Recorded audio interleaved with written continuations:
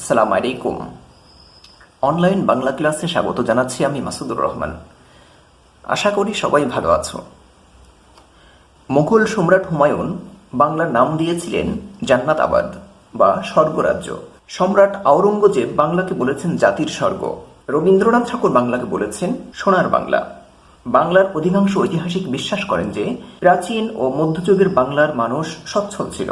British শাসনের আগে এদেশে দারিদ্র ছিল না। বাংলার অতুল ঐশ্বর্যের কথা কিংবদন্তি রূপে স্থান পেয়েছে সমসাময়িক ইউরোপীয়দের বর্ণনায়।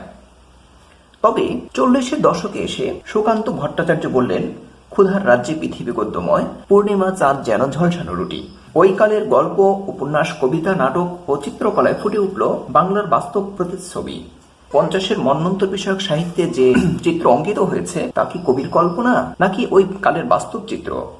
বিশেষত কোন বাস্তবতায় মন্বন্তর কবলিত সাধারণ মানুষ সাহিত্যের পাতায় স্থান করে নিয়েছিল, সোনার বাংলা হয়ে উঠেছিল শ্মশান ক্ষেত্র। আজকে আমরা এই মন্বন্তরের পেছনের কারণগুলোর উপর আলোকপাত করব। মন্বন্তর বলতে আমরা দুর্ভিক্ষকে বুঝি। এটাকে ভাঙলে হয় মনুর অন্তর, মনুর অনুপস্থিতি। পুরাণ অনুসারে প্রত্যেক মনুর শাসনকাল হতে পরবর্তী মনুর শাসনকাল শুরু হওয়ার মধ্যবর্তী এই সময়টুকুতে যে অরাজকতা, বিপর্যয়, সেটাকেই মন্বন্তর বলা হয়। এনসাইক্লোপিডিয়া ব্রিটানিকায় বলা হয়েছে যে শর্টেজ অফ ফুড, খাবারের অভাব, খাবারের স্বল্পতা, এবং যেটা নর্মাল ডেথ রেটকেই অতিক্রম করবে। অর্থাৎ খাদ্যের অভাব চূড়ান্ত ও দীর্ঘস্থায়ী হয়ে যখন স্বাভাবিকের তুলনায় অধিক হারে মৃত্যু ঘটায় তখন তাকে দুর্ভিক্ষ বা মন্বন্তর বলা হয়। 1350 বঙ্গাব্দে এই দুর্ভিক্ষ হয়েছিল, তাই একে 50-এর মন্বন্তর বলা হয়। এতে বঙ্গদেশের প্রায় 7 লক্ষ পরিবারের অর্থাৎ 38 লক্ষ মানুষের অর্থনৈতিক অবস্থা ও সামাজিক মর্যাদার অবনতি ঘটে। এই অবনতির পেছনে কারণ হলো তারা তাদের যাবতীয় সম্পত্তি, ভূমি, লাঙল, গবাদি পশু, গহনা, বাসনকুসন, যন্ত্রপাতি এগুলো বিক্রি করতে বাধ্য হয় অভাবের তাড়নায়, এবং 3.5 লক্ষ পরিবার চরম দারিদ্র্যে নিপতিত হয়। এক হিসেবে দেখা যায় 1943 থেকে 1946 সালব্যাপী দুর্ভিক্ষে এবং এর ফলে সৃষ্ট মহামারীতে 35 থেকে 38 লক্ষ লোক মারা যায়। সরকারি হিসাবে এই দুর্ভিক্ষে 15 লক্ষ লোক মারা যায়, তবে বেসরকারি হিসেবে 35, 38, 40 এরকম লক্ষ লোক মারা গিয়েছে বলে অনুমান করা হয়। মন্বন্তর এর প্রধান কারণ দুইটি, এক প্রকৃতি সৃষ্ট আর মনুষ্য সৃষ্ট। প্রকৃতি সৃষ্ট কারণের মধ্যে রয়েছে অতিবৃষ্টি, অনাবৃষ্টি, বন্যা ইত্যাদি। মনুষ্য সৃষ্ট কারণের মধ্যে প্রধানত 3টি কারণ রয়েছে, যথা যুদ্ধ বিগ্রহ এবং এর ফলে ফসল নষ্ট হয়ে যাওয়া। 1943 সালের দুর্ভিক্ষের অন্যতম মুখ্য ভূমিকা ছিল দ্বিতীয় বিশ্বযুদ্ধের। দুর্ভিক্ষের দ্বিতীয় কারণ মুনাফালোভী, স্বার্থান্বেষী, কালোবাজারি, মজুতদার ও ব্যবসায়ীদের কূটকৌশলেও অনেক সময় দুর্ভিক্ষ হতে পারে। 1943 সালের দুর্ভিক্ষের এটাও অন্যতম মুখ্য কারণ। তৃতীয়ত, ব্যাপক খাদ্য অভাবজনিত কারণেও মহামারী দেখা দিতে পারে, আর এই মহামারীর প্রকোপে অজস্র মানুষের মৃত্যুর ফলে শস্য উৎপাদন ব্যাহত হয়, ফলে দেখা দেয় দুর্ভিক্ষ। 1943 খ্রিস্টাব্দের মন্বন্তরেও প্রাকৃতিক এবং মনুষ্য সৃষ্ট উভয় কারণেই দায়ী বলে মনে করা হয়। মূলত 20 শতকে ঘটে গেছে 2টা বিশ্বযুদ্ধ। এই 2টি রক্তক্ষয়ী যুদ্ধ বয়ে এনেছে বিশৃঙ্খলা, বিপর্যয় ও বিপুল ক্ষয়ক্ষতি।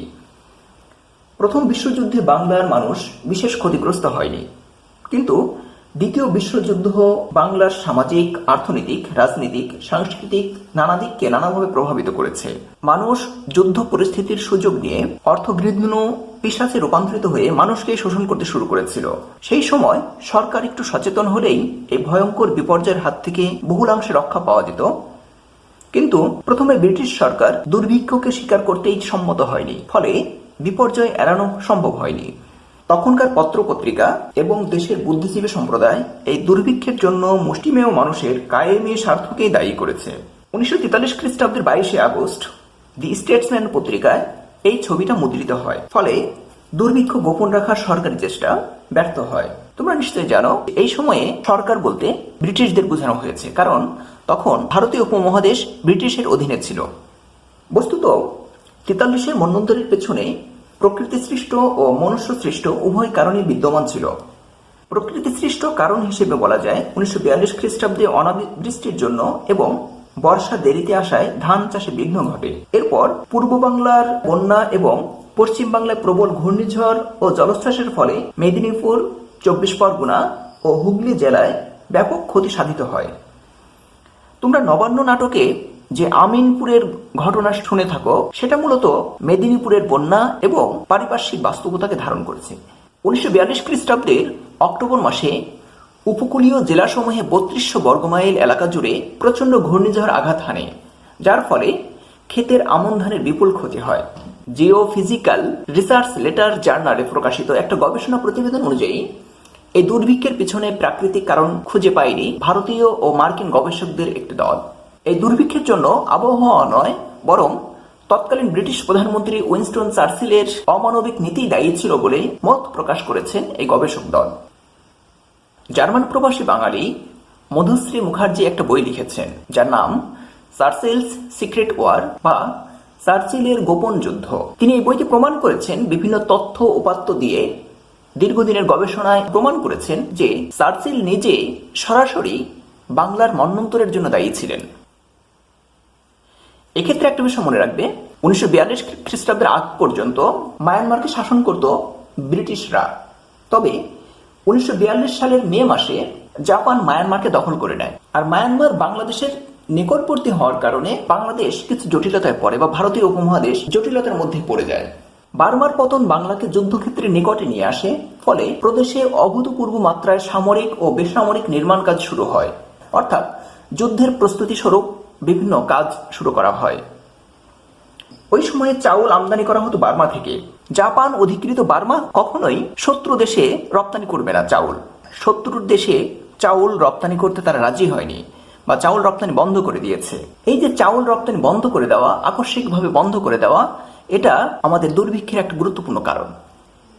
মধুশ্রী মুখার্জি গবেষণা করে দেখিয়েছেন যে জাপানি আক্রমণের ঝুঁকির মুখে ব্রিটিশ সরকার বাংলার সব উদ্বৃত্ত চাল মধ্যপ্রাচ্যে যুদ্ধরত ইংরেজ সেনাদের জন্য মজুত করে রেখেছিল। দ্বিতীয় বিশ্বযুদ্ধের সৈন্যদের জন্য বাজার দর অপেক্ষা বেশি মূল্যে সরকার বিভিন্ন খাদ্যশস্য কিনে নিতে থাকে, ফলে সাধারণ মানুষ সংকটে পড়ে যায়। জাপান ভারত দখল করলে খাদ্য যাতে শত্রুর হাতে না পৌঁছায়, অর্থাৎ জাপানের হাতে না চলে যায়, এজন্য ব্রিটিশ সরকার কিছু আগাম ব্যবস্থা নেয়।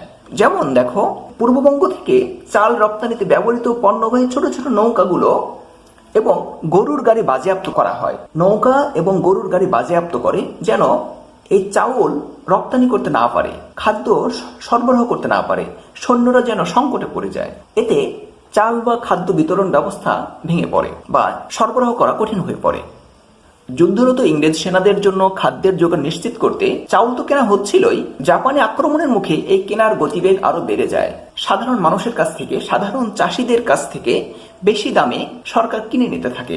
কোনোভাবে যেন জাপানিদের কাছে চালের বাজার না চলে যায়, সেজন্য ঔপনিবেশিক সরকার স্থানীয় ব্যবসায়ীদেরকে চাল কেনার অনুমতি দেয়।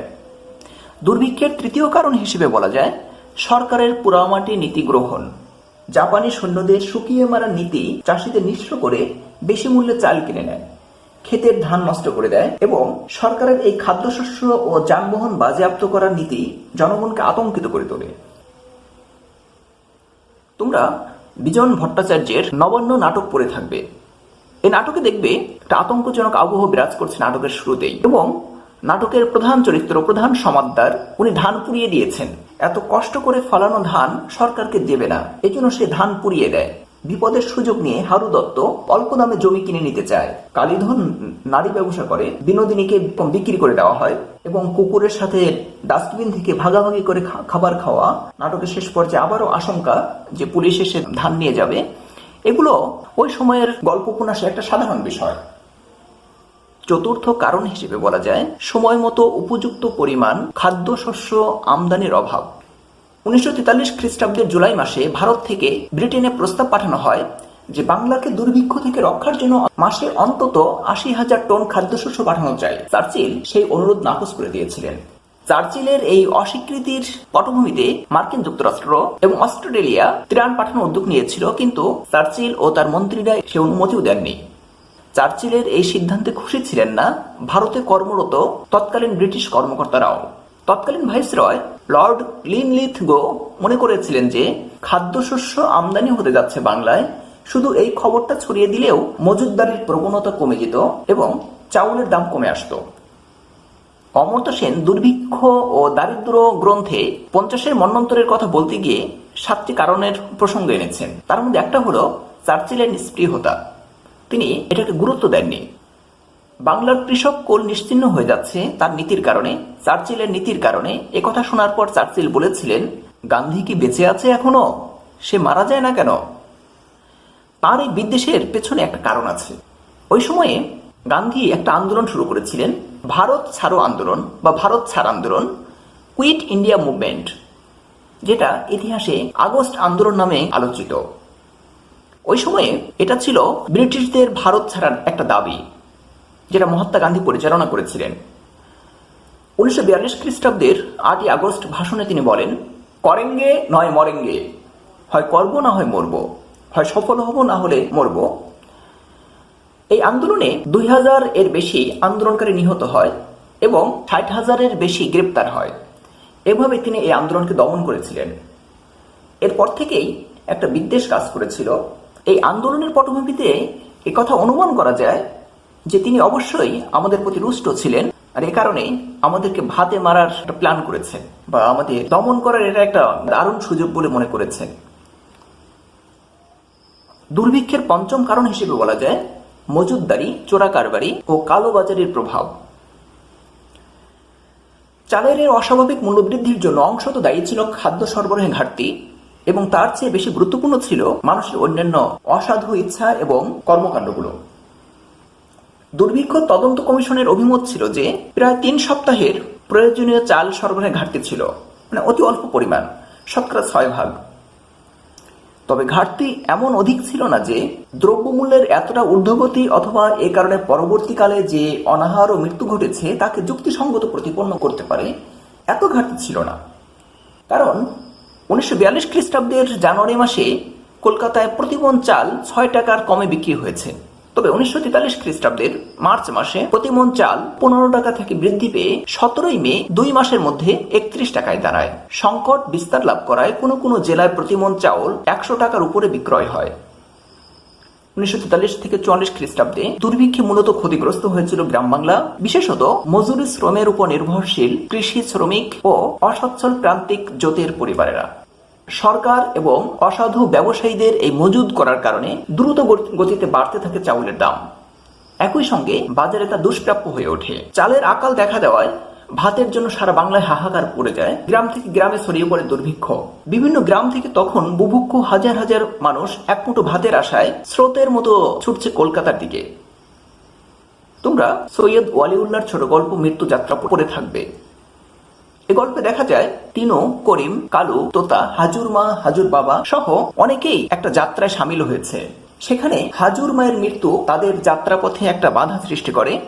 তার প্রতি তারা মানবিক হলেও হাজুর বাবার মৃত্যুর প্রতি তারা মানবিক হতে পারেনি ক্ষুধার কারণে। নিজের বাঁচার প্রশ্ন যেখানে আগে দেখা দেয়, সেখানে হাজুর বাপের দিকে দৃষ্টি দেওয়ার সুযোগ হয়ে ওঠে না। তবে নয়নচারা গল্পে দেখব আমু, ভুতুনি, ভূত এরা শহরে চলে এসেছে। মৃত্যু যাত্রায় সামিল হয়ে এরা এর মাঝেই নয়নচারা গ্রাম থেকে শহরে চলে এসেছে। এই বাস্তবতায় ভুতুনি, ভূত বা আমুর যে আচরণ, উচ্চারণ, যে পরিণতি, সেটা ওই সময়ের বাস্তবতাকেই, ওই সময়ের বাস্তব চিত্রই তুলে ধরে। পথে প্রান্তরে লুটিয়ে থাকতো না খাওয়া মানুষ।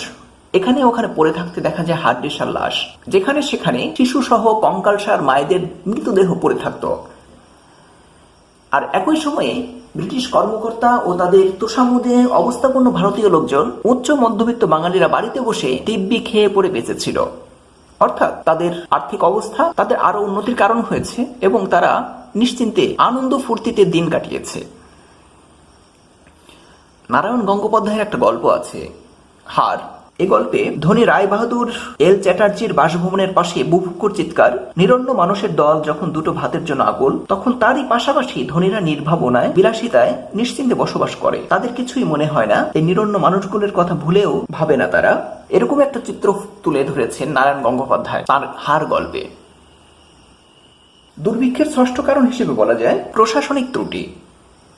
প্রথমে দুর্ভিক্ষকে ইংরেজ সরকার স্বীকার করতে চায়নি। সরকারের এ ধরনের প্রতারণামূলক প্রচারণার কারণে ভারত সরকার ও অন্যান্য প্রাদেশিক সরকার দুর্ভিক্ষ কবলিত বাংলার জন্য খাদ্য প্রেরণের প্রয়োজনীয়তা অনুভব করেননি। এর ফলেই দুর্ভিক্ষ অনিবার্য হয়ে ওঠে। সপ্তম কারণ, মুদ্রাস্ফীতি। সরকার যুদ্ধের ব্যাপারে তাদের কেনা জিনিসের দাম দিতে গিয়ে প্রচুর কাগজি নোট বাজারে ছেড়েছিল। সে টাকা কিছু মানুষের হাতে চলে আসে এবং বেশি দামে খাদ্যশস্য ও অন্যান্য জিনিসপত্র কিনতে থাকে। কিন্তু অধিকাংশ মানুষ ওই মুদ্রার অধিকারী না হওয়ায় শোচনীয় অবস্থায় পতিত হয়। মুদ্রাস্ফীতির এই বাস্তবতায় বস্ত্র সমস্যা সম্পর্কে প্রবাসী পত্রিকায় লেখা হয়, বস্ত্রের মূল্য প্রতি সপ্তাহে বাড়িতেছে এবং এখনই উহা মধ্যবিত্ত সম্প্রদায়েরও ক্রয় ক্ষমতার সর্বোচ্চ সীমা অতিক্রম করেছে বললে অত্যুক্তি করা হয় না। নারায়ণ গঙ্গোপাধ্যায় তার দুঃশাসন গল্পে বস্ত্র সংকটের এই বাস্তব চিত্র তুলে ধরেছেন। দুর্ভোগের এই বাস্তবতায় মানুষ পেটের দায়ে মরিয়া হয়ে গ্রাম ত্যাগ করে দলে দলে কলকাতা শহরে এসে ভিড় করতে থাকে। বহু গ্রাম জনশূন্য হয়ে ওঠে। শহরে বসবাসের উপযুক্ত স্থানের অভাবে এইসব শরণার্থীরা ফুটপাতে আশ্রয় নেয়। সরকারি ও বেসরকারি উদ্যোগে শহরের কোথাও কোথাও লঙ্গরখানা খোলা হয়, কিন্তু জনসংখ্যার তুলনায় খাদ্য ছিল খুবই সামান্য। অন্যের আশায় লঙ্গরখানার সামনে ক্ষুধার্ত মানুষের দীর্ঘ লাইন দীর্ঘ থেকে দীর্ঘতর হতে থাকে। আকাঙ্ক্ষিত খাবার না পেয়ে অখাদ্য কুখাদ্য খেয়ে অসংখ্য মানুষ মৃত্যুমুখে পতিত হয়। মন্বন্তরের প্রাথমিক বিপর্যয় রূপে দেখা দেয় মহামারী। পথাশ্রয়ী অনাহারী মানুষেরা খাদ্যের অভাবে অখাদ্য কুখাদ্য খেয়ে খুব সহজেই নানা রোগের শিকার হয়। সেই সমস্ত রোগ উপযুক্ত চিকিৎসার অভাবে দ্রুত ছড়িয়ে পড়তে থাকে। এছাড়া ম্যালেরিয়া, কলেরা, বসন্ত ইত্যাদি অসুখও মহামারীর আকার ধারণ করে। এই বাস্তবতাকে ধারণ করেই নারায়ণ গঙ্গোপাধ্যায় লিখেছেন পুষ্করা গল্পটি। এই গল্পে দেখা যায় মরকের হাত থেকে রক্ষা পাওয়ার জন্য ধনী বলাই ঘোষ পুরোহিত তর্করত্নকে দিয়ে দেবী কালীর পুজোর আয়োজন করে। পুজো শেষে দেখা যায় গ্রাম্য ডোমবধূ সেই ভোগ দুহাতে গোগ্রাসে খাচ্ছে, যে দুর্ভিক্ষে তার 3 পুত্র ও স্বামীকে হারিয়ে এখন পাগলিনী। দীর্ঘদিনের বুভুক্ষার পর দেবভোগ্য শিবাভোগ গ্রহণের পরে সে মৃত্যুমুখে পতিত হয়। পুষ্করা গল্পের এই বিষয়বস্তু ওই কালকেই চিত্রিত করে, ওই কালকেই তুলে ধরে।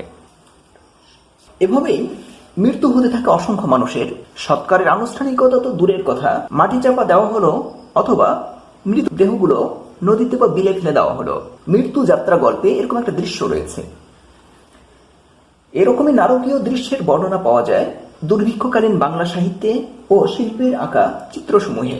অভাবের তাড়নায় নিজের সন্তানকে বিক্রয় করা, দেহ ব্যবসায় বা পতিতালয়ে গমন করার চিত্রও দেখা যায় আজকাল পরশুর গল্পে। মানিক বন্দ্যোপাধ্যায় আজকাল পরশুর গল্পে মুক্তার সন্তানের অখাদ্য কুখাদ্যে মারা যাওয়া এবং শেষ পর্যন্ত বাধ্য হয়ে পতিতাবৃত্তি গ্রহণের এই বাস্তবতাকে তুলে ধরেছেন। এভাবেই আমরা যদি দেখি তাহলে বলা যায় যে প্রাকৃতিক দুর্যোগ, আমন ধানের নিম্ন ফলন, দ্বিতীয় বিশ্বযুদ্ধ এবং ভারতবর্ষের স্বাধীনতা আন্দোলন, বার্মা থেকে আগত উদ্বাস্তুদের ঢল, কারণ জাপানি আক্রমণে ভীত সন্ত্রস্ত ব্রহ্মদেশের লক্ষাধিক মানুষ শরণার্থী হিসেবে বাংলায় প্রবেশ করেছিল চিটাগংয়ে। বাংলায় প্রবেশ করে খাদ্যের সমস্যা বাড়িয়ে তোলে। তাই চট্টগ্রামেই প্রথম দুর্ভিক্ষ দেখা দেয়। এই উদ্বাস্তুদের দল একটা বড় ভূমিকা রেখেছিল।